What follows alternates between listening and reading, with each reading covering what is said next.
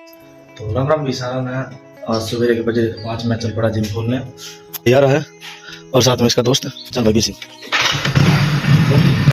तो भाई gym open करने लग रहे हैं। ले भाई ये भाई तो हाथ में दे दिया हैंडल।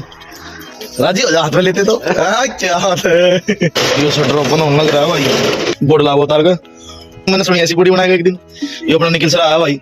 इस भाई की जिम में आप हेड कोच है और ये भाई का नंबर है, संपर्क करो जल्दी जल्दी भाई ने।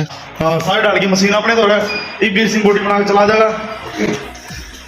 एक बॉडी दिखा दे वीर सिंह। एक पोच पोच ये छोरा अड़के में ले रहे वीर सिंह ने। मार खाओ भाई, बकरी का दूध पीवे।